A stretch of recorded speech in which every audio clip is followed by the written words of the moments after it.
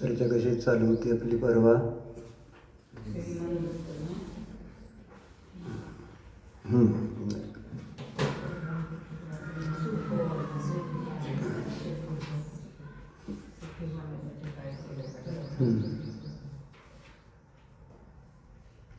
सुखी बनण्यासाठी काय करायला पाहिजे इथून आपली सुरुवात झाली होती.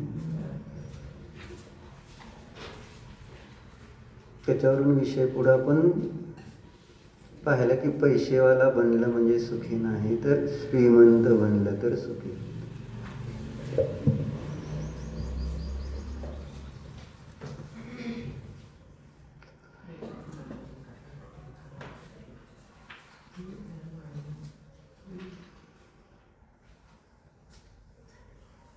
म्हणून प्रश्न विचारला होता की बाबा आपण विचार करतो का रोजच्या जीवनामध्ये?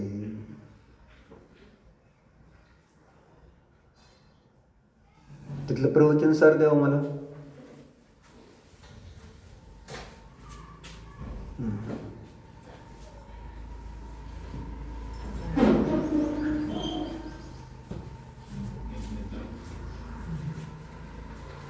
ती कोणतं आहे?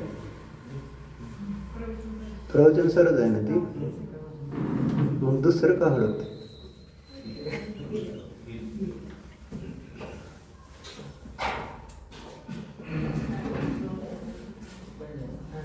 ठीक आहे.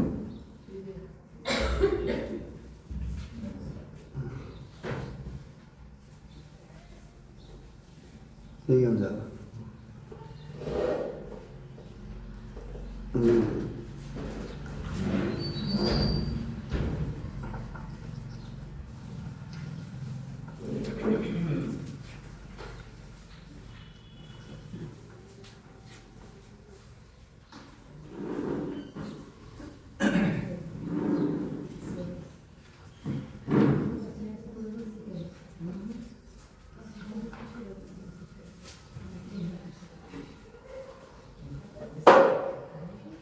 अमृतचंद्राचार्यांनी प्रवचनासारची रचना करताना सुरुवातीला स्पष्ट केलेलं आहे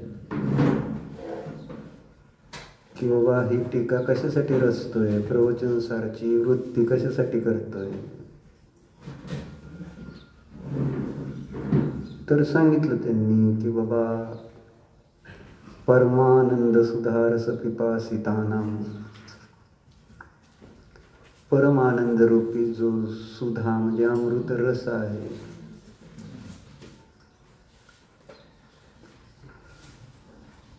त्याची ज्यांना इच्छा आहे,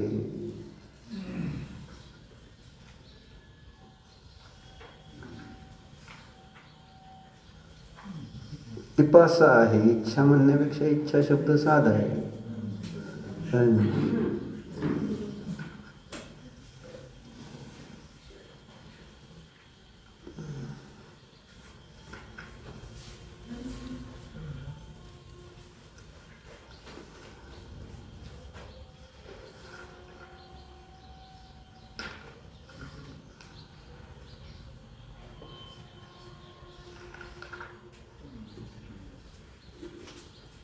पिपासा आणि इच्छात काय फरक आहे?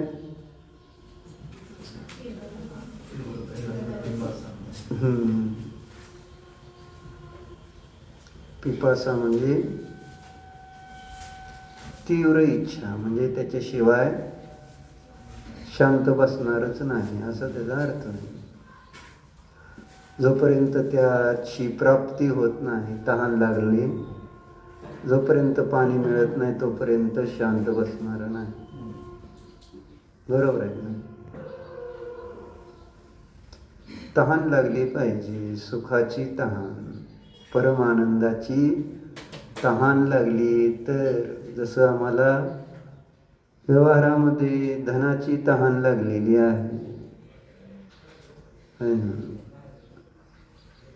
जगण्याची तहान असते आपल्याला, रोग झाला तर रोग दूर करण्याची तहान असते. म्हणजे ही तहान कशा प्रकारे आहे? जोपर्यंत ते पूर्ण होत नाही कार्य तोपर्यंत थांबत नाही. रोग झाला म्हणून आपण शांत बसणार आहे का?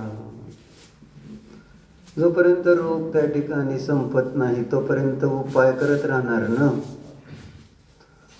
त्याला म्हणायचं तहान लागली, पिपासा म्हणायची त्याला.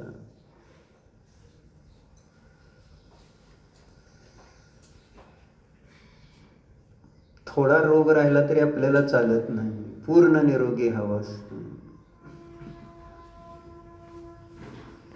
आणि त्या अपेक्षेने मग आपण सतत प्रयत्न पुरुषार्थ करत राहतो.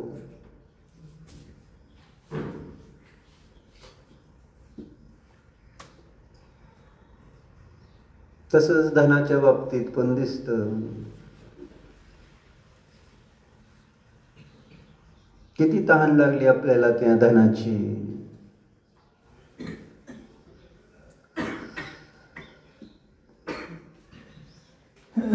जोपर्यंत आम्हाला जगातला सगळा पैसा मिळत नाही तोपर्यंत ती तहान शमणार नाही.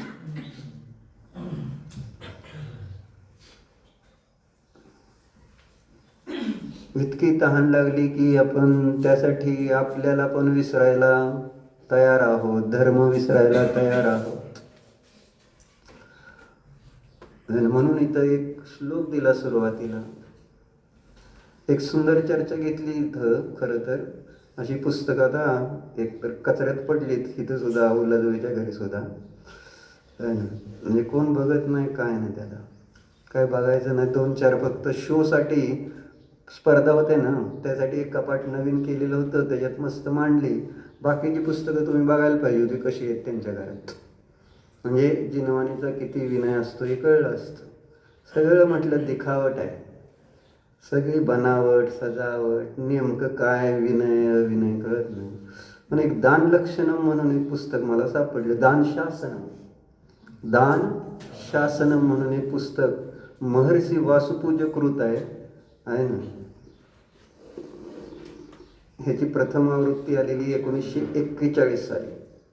1941 है ना. हे संपादक आहेत वर्धमान पार्श्वनाथ शास्त्री म्हणून सोलापूरचेच आहेत. आणि प्रकाशक गोविंदजी रावजी आहेत. महर्षी लिहिलेलं आहे. आता हे बाकी काय कळलं नाही, पण दान शासनांतर्गत माझी तर भावना अशी झाली की वाचत होतो काल मी जवळजवळ 6 तासही वाचले पुस्तक आहे ना. मग असं वाटलं की सगळ्याला एक एक 2-2 श्लोक रोज वाचूनच दाखवले तर बरं होईल की नेमकं काय करायला पाहिजे, आपण काय करतोय. दानाची सगळी आणि दानाबरोबर त्याच्याबरोबर असणाऱ्या बाकीच्या गोष्टींची पण छान चर्चा घेतलेली आहे. तर इथं सुरुवात करताना त्यांनी सांगितलंय किंवा हे पुस्तक जे आहे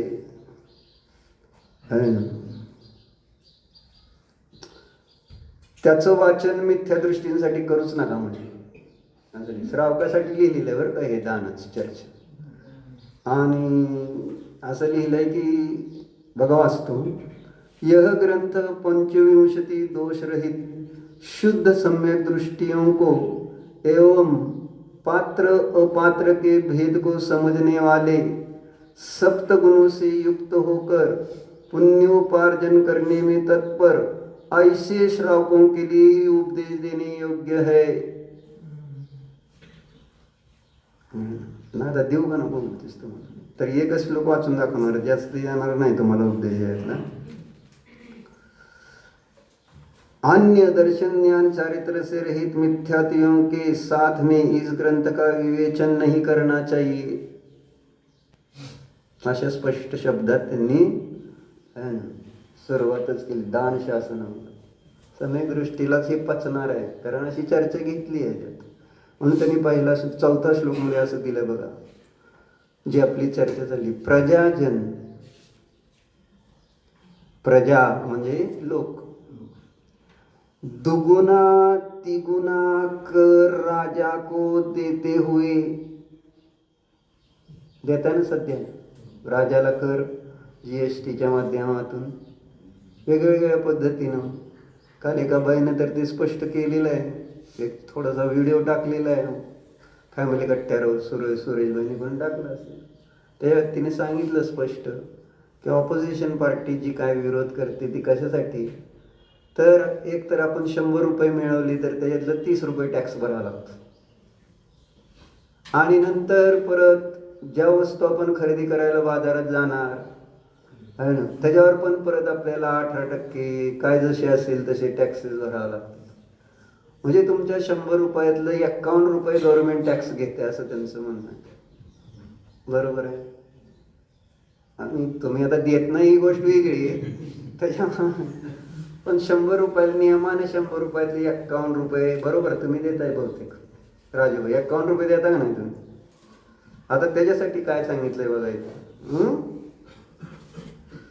कि प्रजाजन दुगुना तिगुना कर राजा को देते हुए एवं राजा की अनेक प्रकार से सेवा करते हुए अपनी खेत को फलवान बनाने के लिए उसमें प्रतिवर्ष बहुत प्रयत्न करते हैं. शेतकरी शेतात, व्यापारी काय करतो, जास्तीत जास्त त्या ठिकाणी कशा प्रकारे आपल्याला उत्पन्न येईल, फायदा होईल, पैसे मिळतील याच्यासाठी प्रयत्न करतात.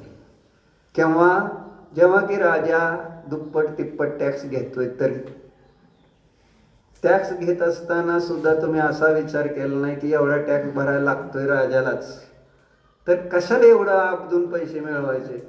कारण लिमिट आहे ना. कशा कोणतं म्हणजे तुम्हाला किती लाखापर्यंत टॅक्स नाही आहे, मग 3 लाखापर्यंतच मिळवलं तर कसं.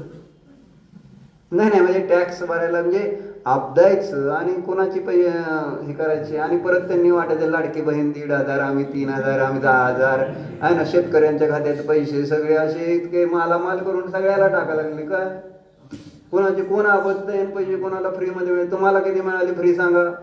लाडकी बहिणी तर कोण आहे सांगा. ₹1,500 लाडक्या बहिणीला म्हणून सांगितले. कोणाकोणाला तुम्हाला मिळाले? आणि अनेक असे काही आहेत गव्हर्नमेंटच्या फॅसिलिटीज आहे ना, ज्यातल्या आम्हाला किती मिळतात? सुमित नाही. आणि तू काय करतोय? म्हणजे ही एवढी मूर्खता सुद्धा आपल्या लक्षात येत नाही की आपण एवढं आपदायचे, पैसे मिळवायचे आणि द्यायचे कोणाला?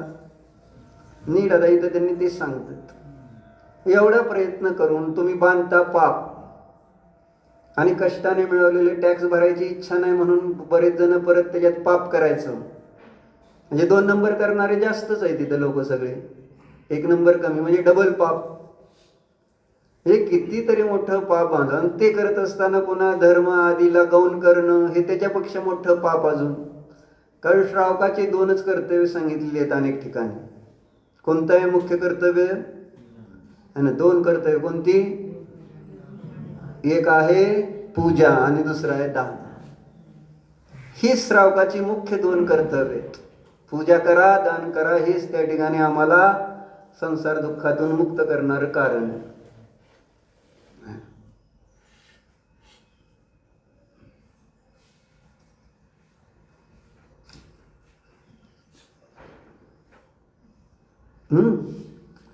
मग असं असताना सुद्धा मी माझी दानाची क्रिया आणि पूजनाची क्रिया सोडून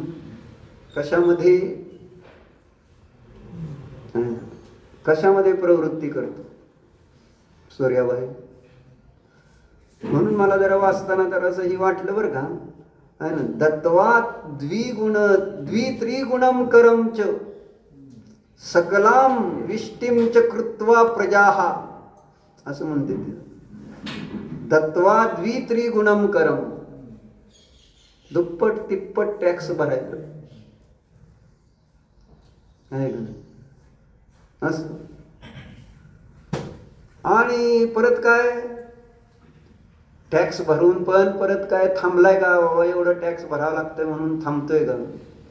फुकट भरावं लागतोय. आपण कमवायचं, आपण कष्ट करायचे. कष्ट कोण करतंय? आणि इथं टॅक्स द्या म्हटलं तुम्हाला तर देताय का? इथं तुम्हाला टॅक्स म्हणजे ऍक्च्युली धर्माने मिळालेलं धन ते धर्मासाठीच खर्चलं पाहिजे असं अनेक वेळा आपण चर्चा केलेली आहे. आणि ते धर्मासाठी तुम्ही देत नाही तर ते नष्ट होतं असं ह्याच्यामध्ये इतकं मस्त सांगितलं. अशी उदाहरणं नवीन नवीन तुम्हाला विशेषतः पाहिजे असते ना तर ते वाचताना पण छान वाटलं. म्हणून आपलं वाचून दाखवतो, एकच वाचवतो. कारण हे कोणासाठी आहे? सम्यक दृष्टीसाठी आहे. मिथ्या दृष्टीसाठी सांगू नका म्हटलेलं आहे तिथे. सम्यक दृष्टीचं सर्टिफिकेट घेऊन या आधी मग वाचून दाखवतो. बरोबर आहे.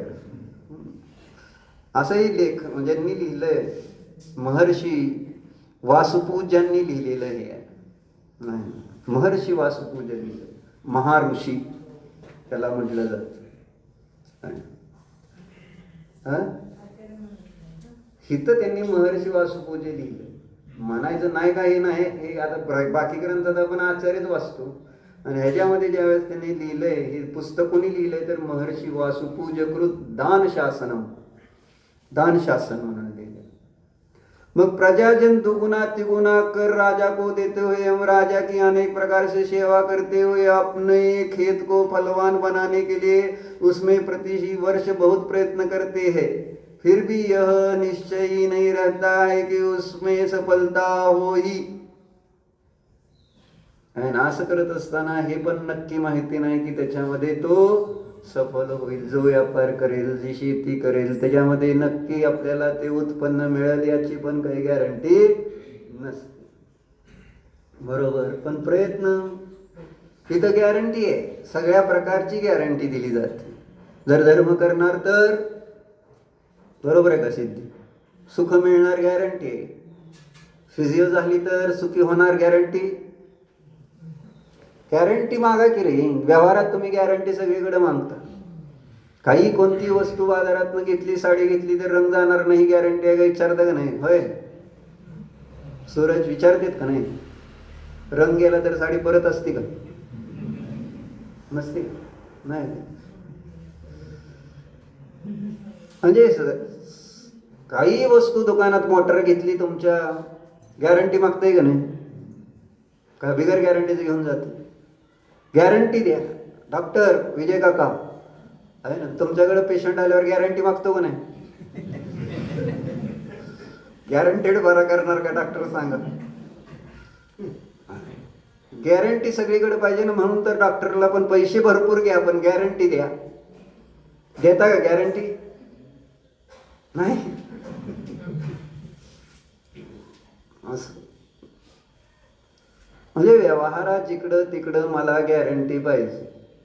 कुठली वस्तू घ्यायला गेली तर बिगर गॅरंटीची नको, असं आहे.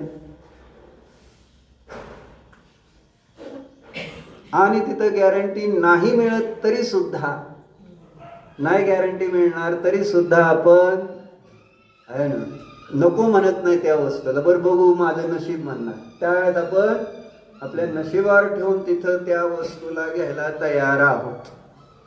माहिती नाही किती मोठी रिस्क आहे व्यवहारामध्ये. आणि अशी रिस्क घेऊन सुद्धा आम्ही तो संसार करायला तयार आहोत. आणि इथं फुल गॅरंटी, या भावातली पुढच्या भावातली आणि मोक्षाला जायची फुल गॅरंटी. पण श्रद्धा ठेवतो कोण? अडचणी. विश्वास ठेवत नाही म्हणूनच आहे ना आपल्याला हे धर्माचं फळ मिळत नाही. बिगर गॅरंटीचीच पर्याय मिळत राहते. आहे ना, ही पर्याय झाली, दुसरी तिर्यंच पर्याय येईल, नरक पर्याय येईल, आहे ना, देव पर्याय येईल. गॅरंटी कुठल्याच पर्यायामध्ये आणता येत नाही की बाबा पूर्ण सुख मिळेल म्हणून, समाधान शांती मिळेल. सांगा कुठल्या गतीमध्ये गेल्यानंतर पूर्ण सुख शांती मिळणार? 4 गतीमध्ये. आणि हे आपण वाचलंय, ऐकलंय आणि हे आपण प्रत्यक्ष बघतोय. पण अजून सुद्धा आपला विश्वास उडायला तयार नाही. विश्वास किती आहे? विश्वास किती?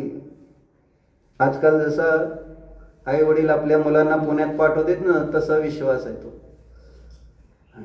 माहिती नाही मुलं काय करणार आहेत काय नाही. असंच एक मुलगी निघाली होती ना, म्हणजे घरी आई वडिलांजवळ परमिशन मागितली तेव्हा मी रात्री मैत्रिणीकडे जाऊन अभ्यास करायचा आहे मला म्हणून. आई म्हटली रात्री वगैरे काय आहे ना, नाईट आउट वगैरे काय नाही. काय आई नाही म्हणत होती जाऊन देणार नाही म्हणून. अभ्यास करायचा घरी कर की.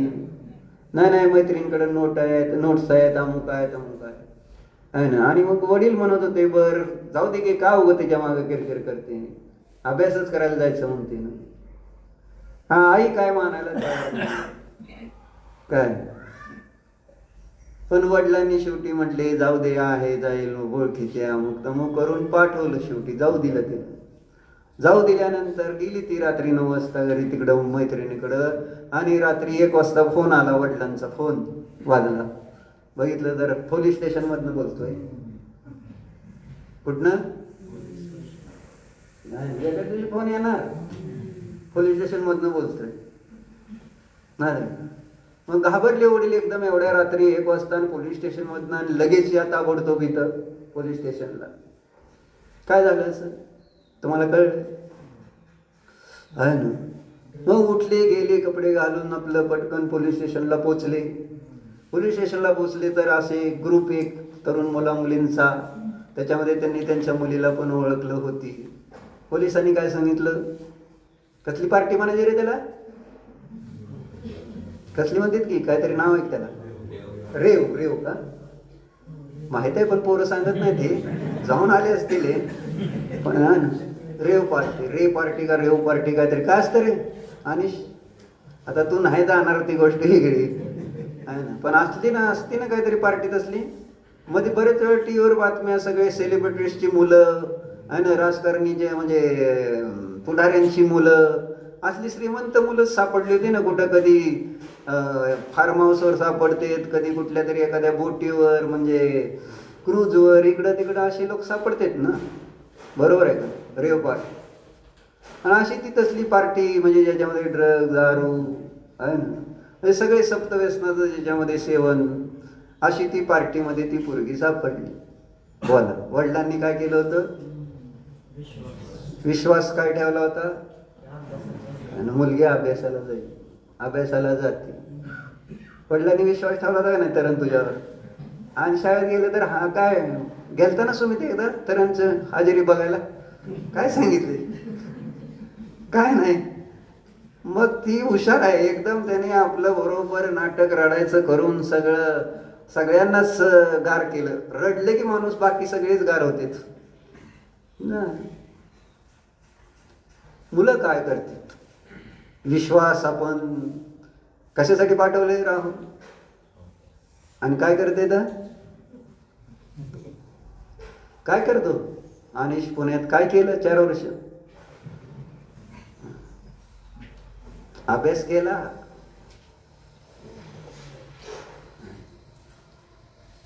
आणि म्हणून म्हटलं ही सुरुवात आहे. आपली मुलं अजून तेवढी नाही बिघडली असं आपली मान्यता आहे. पण तुमची पिढी, तुमची मुलं माहिती आहे तुमचं काय करतील ते. आता त्यांनी त्यांच्या वडिलाला फसवलं असेल. उल्हासबाईंनी त्याच्या वडिलाला फसवलं, उल्हासबाईच्या पोराने त्याला फसवलं. आता उल्हासबाईच्या पोराचा पोरगा आलाय तर ती तर काय करतोय कोणास.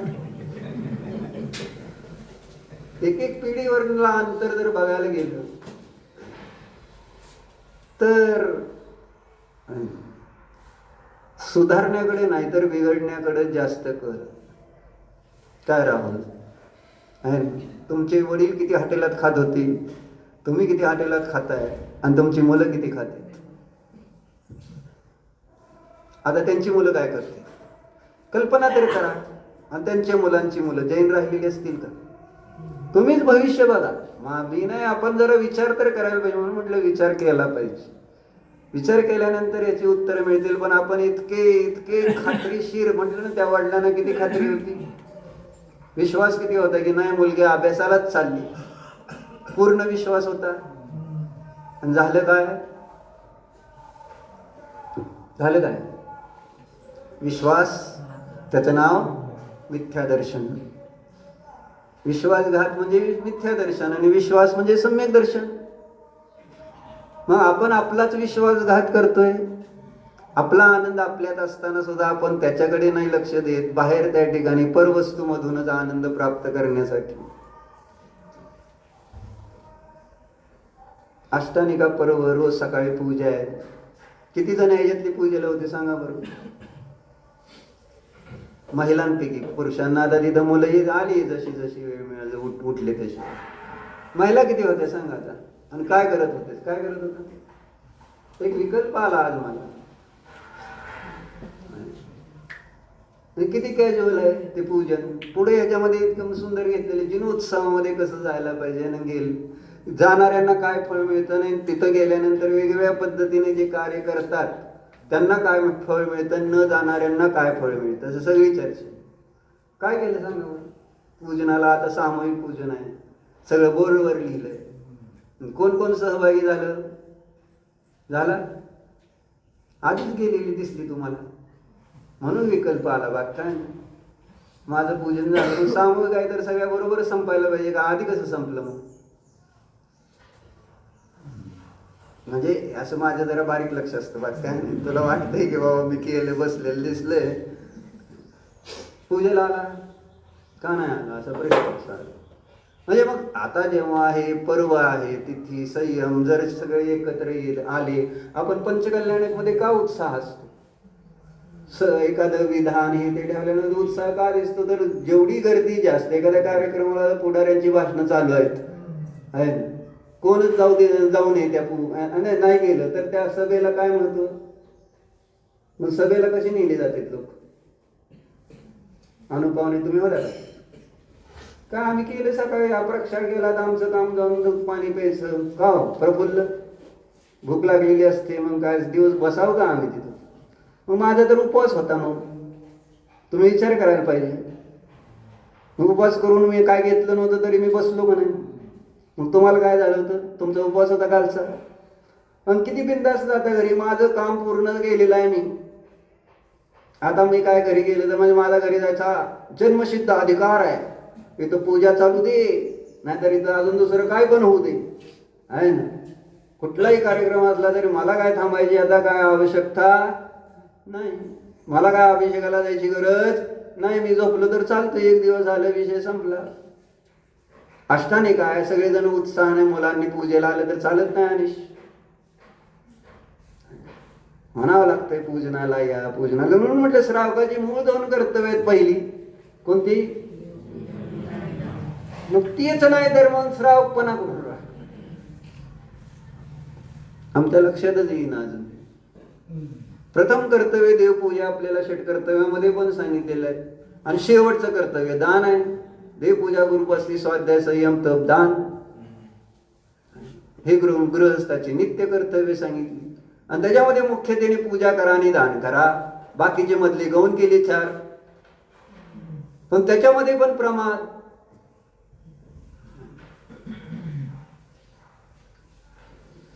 प्रत्येक जण माझ्या, जसं आता मतासंबंधित आले की नाही, मत सगळ्याला सांगतात की नाही, प्रत्येकाने आपलं मत द्या, प्रत्येकाने आपलं मत द्या. तुम्ही त्या ठिकाणी तुमचा पुढारी निवडणार आहे. तुम्ही जर गरीब असला तर. ती पण एक व्हिडिओ टाकलेला आहे. एक माणूसाने आपलं मस्त कॉमेडी व्हिडिओ टाकला त्याच्यावर, फॅमिली कट्ट्यावर. बघितलं का नाही? हा, म्हणजे तुम्ही जर म्हटला गव्हर्नमेंट पाणी देत नाही, रस्ते देत नाही, लाईट देत नाही, अमुक करत नाही, तमुक करत नाही, तुम्हाला म्हणायचा अधिकार नाही. कारण तुम्ही मत टाकलं का? जे मतदान करणार नाहीत त्यांना हे बोलण्याचा अधिकार पण नाही. असं पण एक टाकलेलं. म्हणजे सगळ्यांनी मतदान करा का? वाय म्हणजे का नेसेसरी एक जणांचं मत पडलं पाहिजे तिथं? आपलं मत तर सगळ्यांचं जाऊ द्या, माझं म्हणायचं. मला मतदानाचा प्रचार करत नाही मी इथं, तुम्ही समजसाल मतदानाचा करत आहे ना. चर्चा ती नाही, पण तिथं प्रत्येकाच्या मताला इम्पॉर्टन्स दिलं जातं. तेव्हाच त्या ठिकाणी आपल्याला एखादा चांगला व्यक्ती मिळणार आहे. काय असेल जसं आपल्या योग्यतेनुसार. पण आपलं कर्तव्य, देशाच्या प्रति आपलं काय कर्तव्य, ही पण चर्चा त्याच्यामध्ये आलेली. आणि माझा आपण पण पाहिलेला आहे तो लेख तर वाचून, म्हणजे ते सांगितलं नाही, देहाकडून देवाकडे जाताना मध्ये देश लागतो आणि त्याच्याप्रती आपण काहीतरी देणं लागतो, अशी चर्चा आली होती. देहाकडून देवाकडे जाताना मध्ये देश आहे आणि आपण देणं लागतो मध्ये. पण त्याच्याबद्दल आपण बेफिकर काय नाही. माझ्या एकट्याने काय फरक पडतो असं जर प्रत्येकाने म्हटलं तर आपण बघितलेलं आहे. दुधाचा हौद व्हायच्या पाण्याचा हौद तयार झाला. तेच होतंय धर्माचं, आहे ना. सगळी शास्त्राला तर आहेत पण पूजेला नाही. आणि हे मी आता नाही सांगत, 1.5 वर्ष झालं जेव्हा मी पूजा, दर अष्टमी चतुर्दशीला आपली सामूहिक पूजा आहे, त्या दिवशी सगळे हजर नाही आहेत पूजेला. काय असतं पूजेत? रोजच आहे. आम्ही घरी करतोच की आमची. बरोबर केली ना तुम्ही? हा, आता काय तिथं सामूहिक पूजेमध्ये सहभाग घेतला पाहिजे अशी व्याप्ती नियम आहे. काय फरक पडतोय माझं नसलं तर? माझं प्रायव्हेट. सगळ्या जणांनी आपला स्वतंत्र धर्म म्हणजे घरचा धर्म करून टाकलाय. प्रत्येकाचा आपला असू द्या, पण ते पुढच्या स्टेपमध्ये तुम्ही जेवढं पुढे जाल तेवढं चांगलं आहे ना. घर स्वतःचा, पण स्वतःचा तेवढा करताना बाकीच्या गोष्टी तुम्ही सगळ्या समूहामध्ये लागतायत. तिथं असं म्हणत नाही माझं एकट्याच नाही. इथं सुद्धा आमचं प्रत्येकाचं कर्तव्य नव्हतं की बाबा आपण पण 8 दिवस सकाळी लिहिलंय तर मंदिरात अष्टानिक पर्वामध्ये उत्साहाने अष्टमदीपामध्ये देव जातेत, आपल्याला जाता येत नाही. पण सगळ्यांनी मिळून आनंदाने पूजन केलं तर सगळ्याला त्या पूजनाचा आनंद आला असता. धीरूभाई काय पण अनिवार्य वाटत नाही. वर्षातही आलता का पूजेला? नाही, मला माहित आहे ना. रेशमाताई तुम्ही पण नाही. 2 टाइम शास्त्राला येत आहे पण पूजेला नाही. काम आहे म्हणणार घरी. बरोबर. दिवाळी झाली, आता काय काम आहेत माहित नाही अजून. प्रत्येकानं आपलं आपलं नाही गंभीरतेने काम होतं ना तुमचं पण घरी काहीतरी विशेष का नाही? सगळ्याला काम होती. म्हणजे पूजेपेक्षा महत्वाचं काम होतं घरी काहीतरी. काय होतं सोनं स्नेहालीताई? काय नाही, जाऊ की प्रवचनाला जाऊ बस.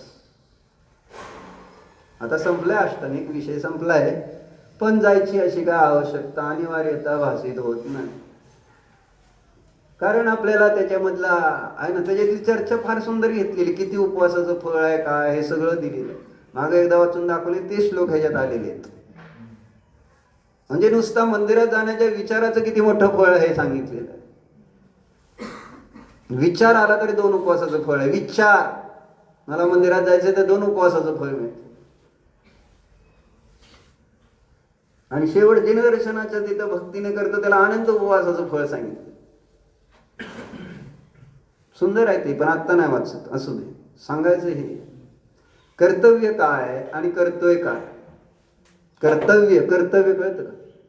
करण्यायोग्य कार्य काय खरं तर. आणि ते कोणासाठी? माझ्यासाठी पूजेला यायचं, देवासाठी यायचं. देवाला गरज नाही आणि पूजेची, माहिती आहे तुला, वितराग आहेत ते. गरज अजिबात नाही. आणि मला गरज आहे म्हणून मी तुझी क्षमा मागितली, बात काय नाही. यावं म्हणून, आपल्याकडनं चुकलं, राग केला, आपण एखाद्याला हट्ट करून नियम दिला तर आपल्याला क्षमा मागितली पाहिजे की बाबा त्याच्यामुळे त्याच्या जर अंतराय जर होत असेल त्याच्या धर्मकार्यांमध्ये, याने शास्त्र द्यायला बंद जर झाला तर मग मला पाप लागणार का नाही. म्हणून आपलं मग ते गोष्ट वेगळी. पण देवाला असलं का नाही बरं का, तुम्ही लक्षात घ्या, आहे ना. मी अजून खालच्या भूमिकेत आहे म्हणून असं वाटतं म्हणून करतो, पण देव म्हणत नाही की तुम्ही नियम घेतला पाहिजे. कधीच आग्रह केला, कधी केलेला आठवते का तुला देवाने आग्रह केलेला?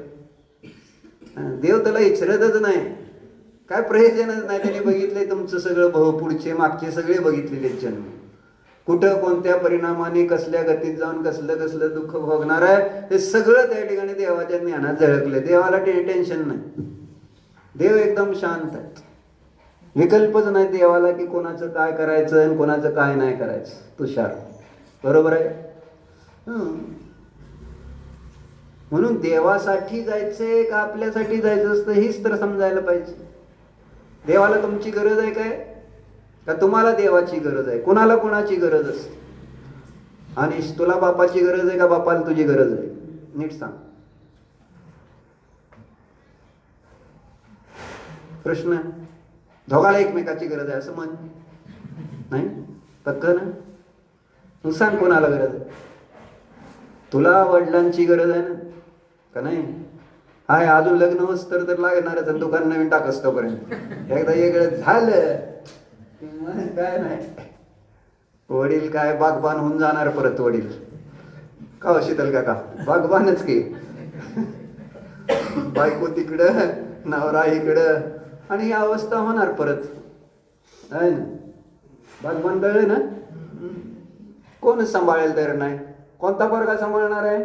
लिहून घ्या आधी, कोणता पोरगा सांभाळणार आहे. प्रत्येकाने एक जरी असलं तरी बघा, तुम्हाला गॅरंटी देतोय का पोरगा सांभाळतोय का.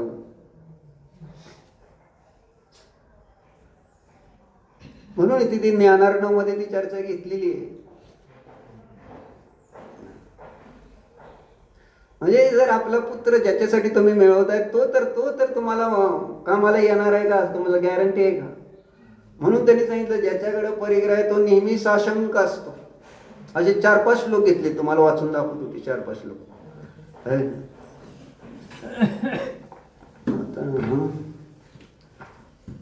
म्हणजे कोणाकोणापासून त्याला शंका असते, भीती असते, ही चर्चा आहे काय.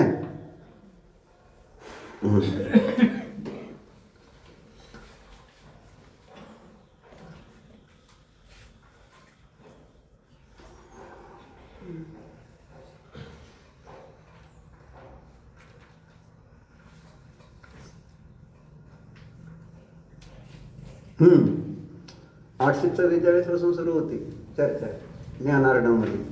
काय लिहिलं?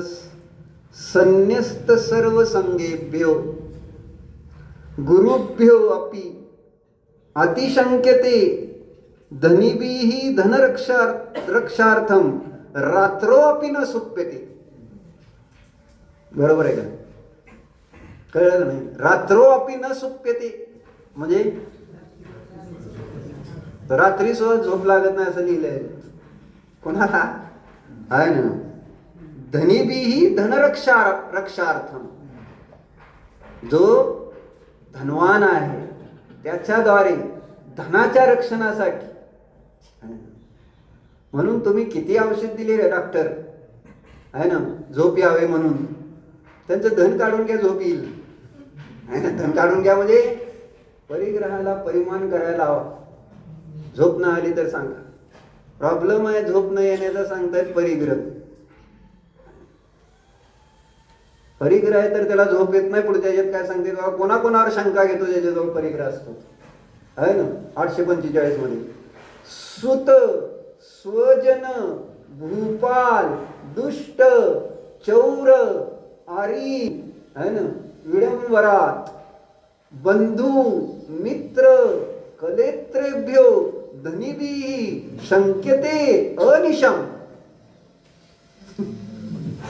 कोणाकोणावर शंका घेतो बघा, आहे ना. धनीजन ज्यांच्याजवळ परिग्रह आहे ना, ते कोणाकोणावर शंका घेतात. पुत्र, शंका आहे का नाही मुलांवर तुमची? हा, तुम्ही जेव्हा पैसे दिलेले असतील मुलांना, पुण्यात असतील मुलं, शंका असते नसते?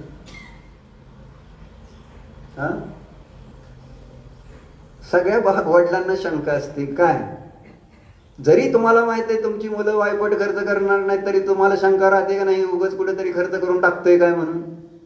राहुल, का निशंक आहे तू? माझा पोरगा खर्च करणार नाही वाह्यात, हे माहिती आहे तुला का नाही? पण तरी जर त्याच्या खात्यावर पैसे असतील, चैन पडते का? चेक करतो का नाही त्याचं खातं? तुझ्याकडे बघायला मिळतं ना किती पैसे आहेत त्याच्या खात्यावर, किंवा विचारतो का नाही किती पैसे आहेत खात्यावर? पाठवलेले तर असतात का नाही त्याच्या खात्यावर? आणि सगळं हिशोब नसतो तुला मुलाकडे किती पैसे आहेत? बाप लागेल कुठं बोलला तर. मुलाकडे किती पैसे आहेत असं माहिती नाही, असं जर तुमच्या ग्रुपनं सांगितलं तर मी मान्यच करणार नाही. काय सुमित, माहिती आहे का नाही? सुमित कहायला तरांकडे किती पैसे असतात ते माहिती असतं का? नसतं. एक एक रुपया माहिती असतो, एक एक रुपया माहित आहे का? तर म्हणजे विश्वास आहे का वडिलाचा? तर मुलावर विश्वास आहे का हे सांगायचं? ते खोटं लिहिलं नाही असं मला सांगायचं. इथं जे लिहिलेलं आहे ते खोटं लिहिलेलं नाही.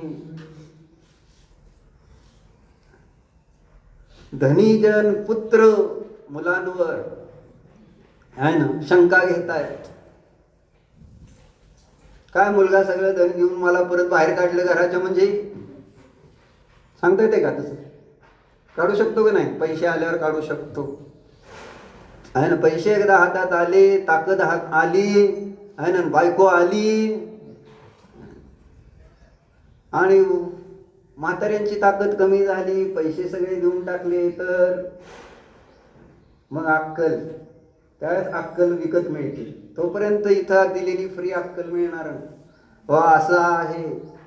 परिग्रह अशा प्रकारचं पाप आहे, कधी निशंक राहू शकत नाही. पण तरी सुद्धा तिथंच विश्वास. धनीजन पुत्र कुटुंबीजन राजा दुष्ट चोर शत्रु दुराचारी बंधु मित्र और स्त्री की ओर से भी शंकित रहा करते. आपण परवा वाचले, ती भूत झालेली बाई 4.5 लाख रुपये साठवले होते तिने. अंमलबाई किती साठवले? किती साठवले? काय नाही, काय सगळेच तुमच्याकडे आहेत असं म्हणा की, साठवायला कशाला लागते असं, बरोबर आहे का नाही? किल्लीच तुमच्याकडे असते, नसते किल्ली. म्हणजे जिभीची किल्ली हो ती बाहेरच्या. किल्ली म्हणजे किल्ली, ती कपाटाची किल्ली नाही. जीभ, जीभ एक अशी मस्त किल्ली आहे तुमच्याकडं, चालवली ती आपोआप उघडतं कपाट. सूरजला पटलंय दिसत, जीभ चालवायचा अवकाश.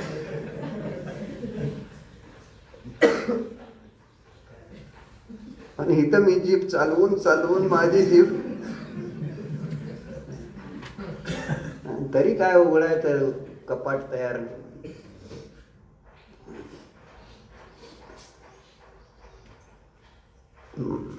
म्हणून दिलं त्यांनी, स्त्री से भी शंकित रहता. भावावर विश्वास आहे का तुमचा? आहे का?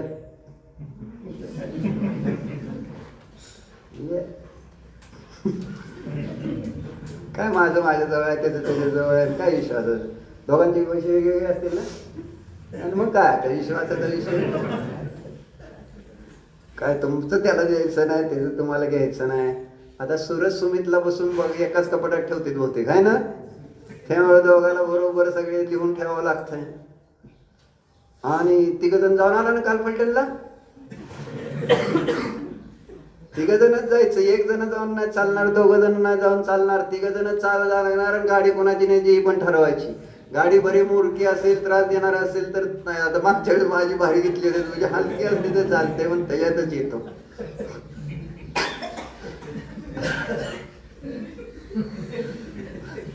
मला जरा आश्चर्य वाटतं, बाकी काय नाही, काय नाही झालं. मागच्या वेळेस माझा नंबर झालाय.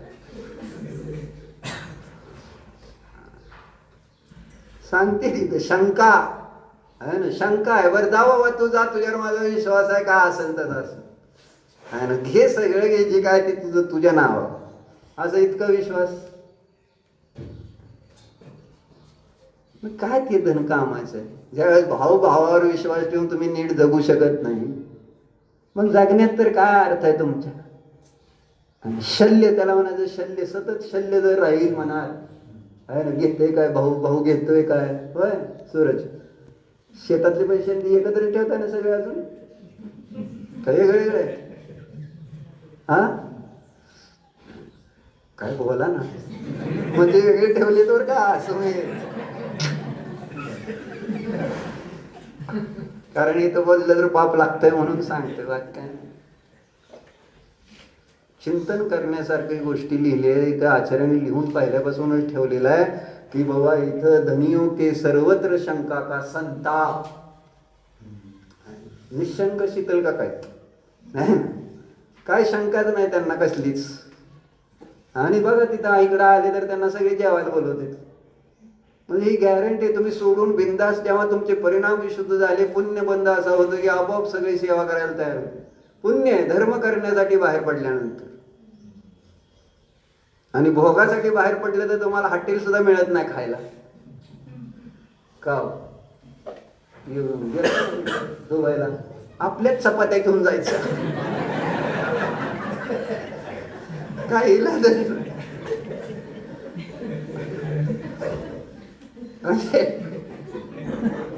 काय करणार, काय अशी परिस्थिती आहे भोगासाठी गेल्यानंतर. आणि धर्मासाठी बाहेर शिदोरी घेऊन, म्हणजे त्यांनी रत्नत्रयाची शिदोरी घेऊन बाहेर पडले, बोधी समाधीची शिदोरी घेऊन बाहेर पडले, तर त्यांना सगळीकडं अनुकूलता.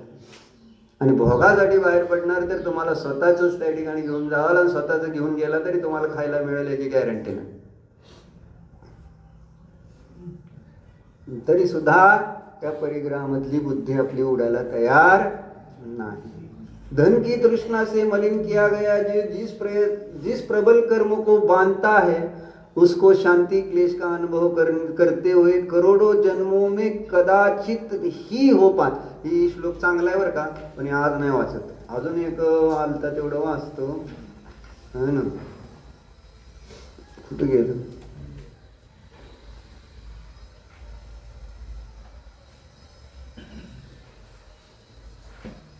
तर असू दे बाजार. तर चर्चा कशासाठी झाली आपली,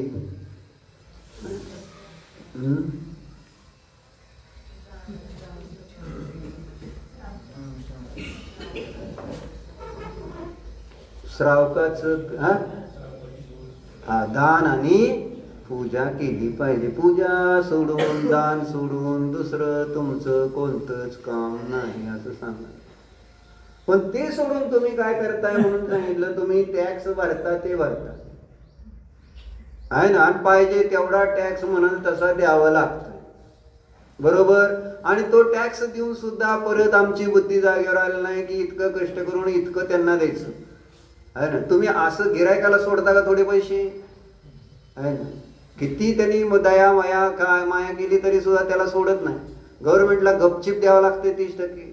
काही त्यांनी तुमच्या, आता जर बघितलं असं तुम्ही बघितलं तर जे कष्ट तुम्हाला करावं लागते, आहे ना, आणि ते त्या ठिकाणी मोकळ्यात पैसे तुम्हाला 30%, 100रातले 30 रुपये देताना तुम्हाला, म्हणून तर तुम्ही चोरी करता परत. 100रातले 30 रुपये का द्यायचे, आणि ना इलाज असतो न देत, म्हणजे द्यायचंच नाही असं होत नाही. कुठेतरी काहीतरी दाखवावं लागतं, नाही तर रेड पडली तर डायरेक्ट सगळं 40% 50% किती जाईल माहिती नाही. 300 पट असतं ना काहीतरी, 30 नाही तर 300 पट आहे ना, किती 30 पट ना, 30% नाही भरला तर 30 पट टॅक्स भरावा लागणार तुम्हाला. हे पण आहे ना काहीतरी व्यवहार, त्याची पण भीती आहे. तिथं मूग गिळून, त्याला म्हणायचं मूग गिळून पैसे भरतील तिथून. म्हणजे भरायची इच्छा नाही आहे. कोणाकोणाला टॅक्स भरायची इच्छा येतं? तेजस आणि ही बसलेले 2 साहेब तिथं, चेतन साहेब, हा ना, हे चोरांना मदत करणारे. सगळं आजकाल सगळे व्यवसाय असे झाले, व्यापारी असं, डॉक्टर असं, नाही तर शिये होऊ देत. म्हणजे तुमचं काम काय असतं? तुम्ही चांगलं काम करण्यासाठी करता की लोकांचा टॅक्स, म्हणजे काळे पैसे कसे लपवता येतील हे सांगतात कला? चेतन, लक्ष काय? टॅक्स भरण्याकडे लक्ष आहे का टॅक्स चोरण्याकडे लक्ष आहे? साहेब, आमच्या हातात काय? लोकच म्हणतात. मग आम्हाला त्यांना म्हटलं ना, कायद्यात वाटा दाखवावं लागते. ते असं केलं, इकडं हे FD केली, हे ह्याचं भरलं तर असं इथनं इतकं तुम्हाला टॅक्स सूट मिळेल, अमुक मिळेल, असं काहीतरी करून करून कुठनं तरी टॅक्स वाचवायचा, एवढंच. बरोबर, भरायचा नाही पण भरावं लागतं. आणि भरून सुद्धा अक्कल आली नाही किंवा आपण ही कशासाठी कष्ट करतो. मग जर मला टॅक्सच भरायचा आहे तर, म्हणून त्यांनी पुढे दिलं. बाकीचं एवढंच बस करतो. प्रजाजन दुगुना तिगुना कर राजा को देते हुए हम राजा की अनेक प्रकार से सेवा करते हुए अपने खेत को फलवान बनाने के लिए उसमें प्रतिवर्ष बहुत प्रयत्न करते, फिर भी यह निश्चय ही नहीं रहता कि उसमें सफलता ही हो. ठीक. मग आता इथं शेवटी संबोधन करते बघा, आहे ना, पूर्वाचार्य क्रम से आया हुआ दान पूजादि से उत्पन्न सुख को छोड़कर जैन भी, असा शब्द वापरलाय, मुक्त्वा सत्कर्म उत्तमम, वर शब्द आहेत संस्कृतमध्ये, मुक्त्वा सत्कर्मम उत्तमम, आहे ना, सुखभुज वांछन्ति जैनाः तथा, असा शब्द प्रयोग केला. मग काय लिहिलंय तर हिंदी वाचतो तुझं. पूर्वाचार्य क्रम से आया हुआ दान पूजा जी से उत्पन्न सुख को छोड़कर जैन भी उसी प्रकार से सावध्य जनित सुख को चाहने लगे हैं. यह आश्चर्य की बात है. काय म्हटले? जैन लोक सुद्धा सावध्य सुखाची इच्छा करतात. शब्द असा म्हणतात, जैन तथा. कसल्या सुख? सावध्य सुख. कळतं का तुम्हाला? सावध्य सुखचा अर्थ कळतो का? सावध्यचा अर्थ नसेल माहित ना तुला अक्षर? मोबाईल बघून उत्पन्न होणाऱ्या सुखाला सावध्य सुख म्हणायचं. त्याला कळलं तर पाहिजे का नाही? सावध्य म्हणजे पाप, पाप करून हे सुख मिळत होते. मग पाप काय काय करतो आपण? आपण जो आरंभ करतोय राहुल मालक, आणि त्याच्यातून जे सुख प्राप्त करण्याची भावना ठेवतो, त्याला इथं म्हणते आचार्य सावध्य सुख. आणि परंपरेनं कोणतं सुखाची चर्चा आपल्यासाठी आली? दान आणि पूजेने उत्पन्न होणाऱ्या सुखाला सोडून जैन लोक सुद्धा काय करतायत? जैन भी उसी प्रकार से सावध्य जनित सुख को चाहते हैं. याच्याबद्दल आश्चर्य व्यक्त केले. असं कसं शक्य झालं? तर ही आहे काळाची महिमा. चिंतन करा. ओम नमः.